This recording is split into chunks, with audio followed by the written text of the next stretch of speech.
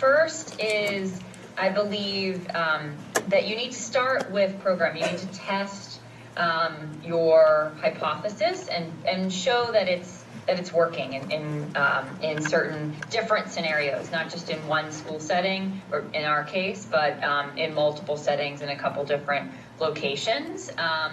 And if there proves to be demand for growth, then I think really honing the infrastructure is important, and to be very careful not to overbuild the infrastructure, but to build it gradually as there is demand at the local level, and with an eye to the future.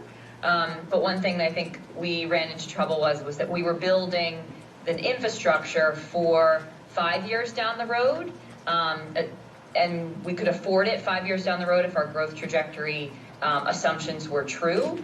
But when you got to 2 and 3 years down the road, the growth wasn't there yet, and we couldn't pay for the infrastructure we had built. So I think it's a gradual sort of toggle back and forth, program improvement, testing the infrastructure, building the infrastructure for the year and two ahead.